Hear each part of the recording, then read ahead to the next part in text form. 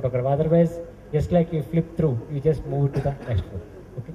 So let's see in little more detail how to do this. Okay.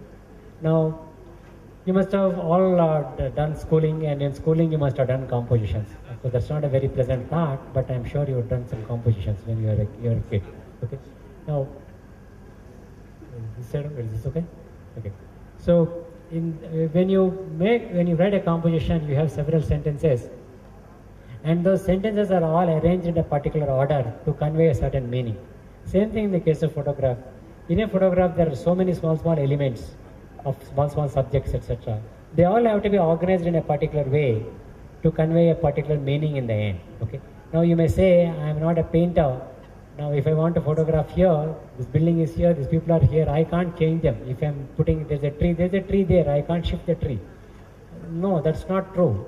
By just moving a little bit, by doing certain things like moving left or right or up or down, you can entirely change the position of a particular element in a photograph, and it conveys a completely different meaning. I'll show you some examples how a small change or a small movement in the camera can make a very good picture or completely ruin a picture. Okay.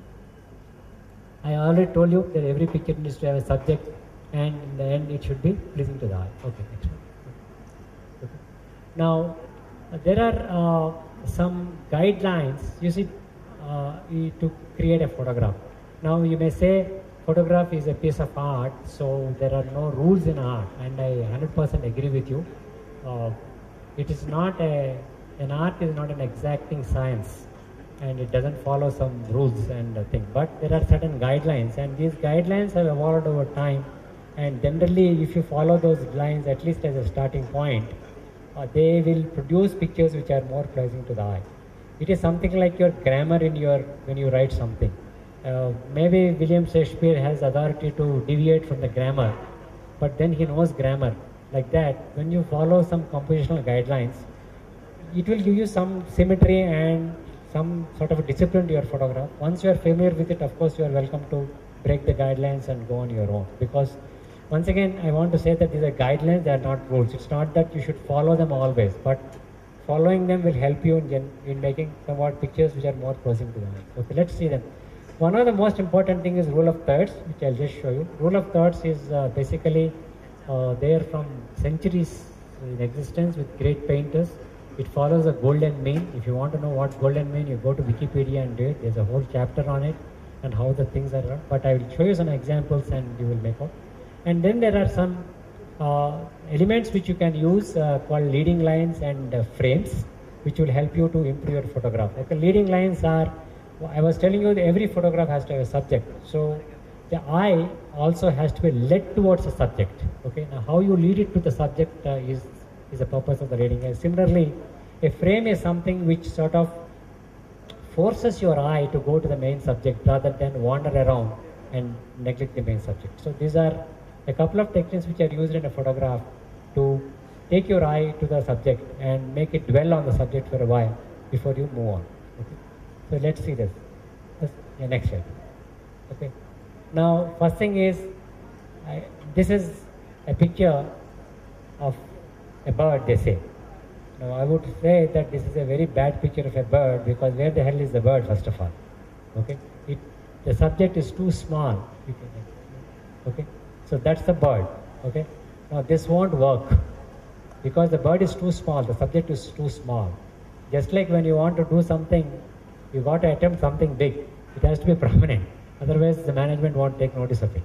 So, just like that, when you do something, when you take a photograph, the subject has to be dominant. You can't say this is a picture of a bird because the subject is just too small and insignificant compared to its surroundings. Okay. Fine. Next one. Okay. So this, I would say, is a much better picture of a bird, basically because I took it and that somebody else took it. But other than that, this is a dominant thing. You see, it is dominant in several ways. First of all, it's big in size, compared, okay, and it is prominent in terms of the differentiation between the background. The background is very dark, and this thing is white, so it pops out to it immediately. So that the moment you see it, you know, oh, this is a bird, it is standing, etc. So your eye goes straight to the bird and it tries to look at the bird and dwell on it. Okay, you are not going to search in this photograph what the subject is, because it's prominent, big, contrasty compared to the background. Okay? Next is not only that, the bird has been, if you look at it, has not been positioned at the center.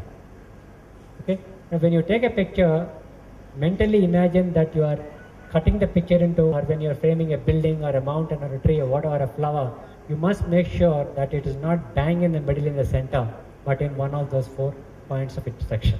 That gives you more strength to the image, and it also is much more visually appealing to the eye. So that's popularly called as a rule of thirds. Once again, it's called a rule of thirds, but I would call it really a guideline. So you can try that, and instead of putting your friend bang in the middle of a frame, you try to put him, and normally a person is large in size, but in a portrait, the most important part of a human is always his eyes. When you talk to a person, where do you look at him? You look at his eyes. So normally the eyes are kept at one of those 4 intersection points when you take a photograph. So next time when you're taking a photograph, your friend, family, or somebody, make sure that the eyes are at one of those 4 points.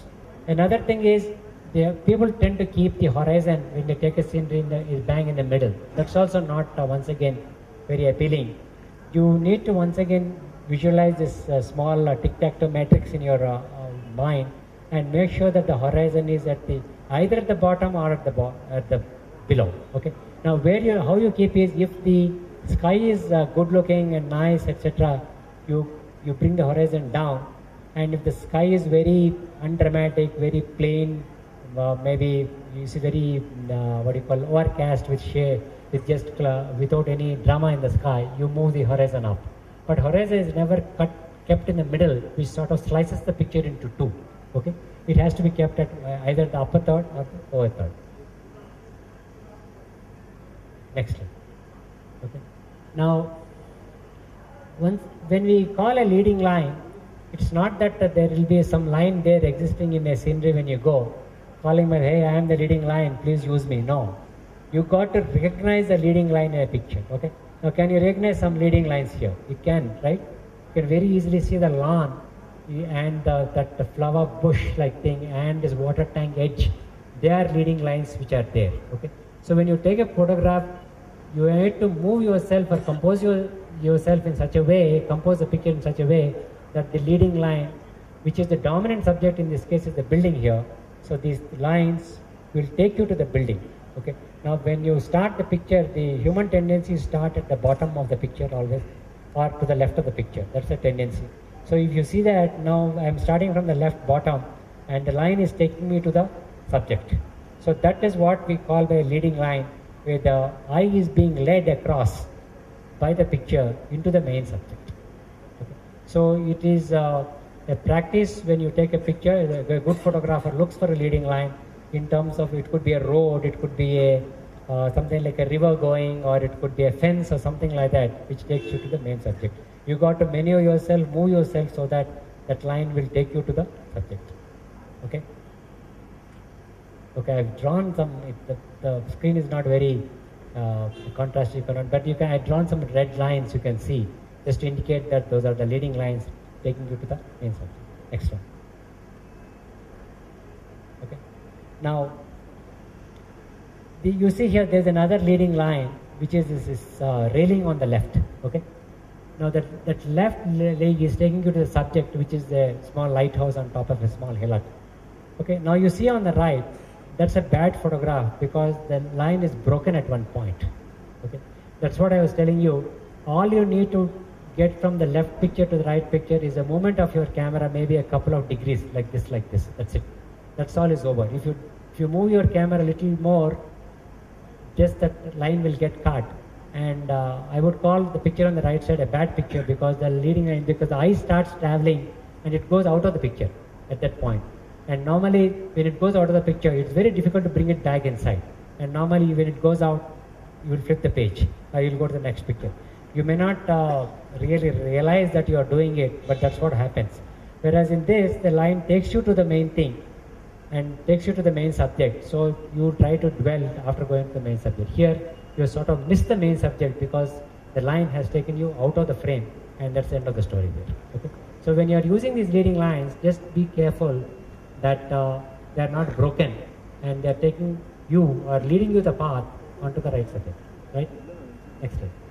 Okay. Now, can you recognize the leading light here? Okay. I don't know if any of you recognize this building. It's a very famous building called Castle di Angelo. If you read the book Angels and Demons, Dan Brown's Angels and Demons, it features very prominently in that novel. So can you recognize the leading line here? Okay, it's actually the bridge. You can see it. Okay, the bridge is forming the leading line, and you see how the subject has been placed. Once again, there's a dominant subject, big. It is looking very prominent against the light sky, dark and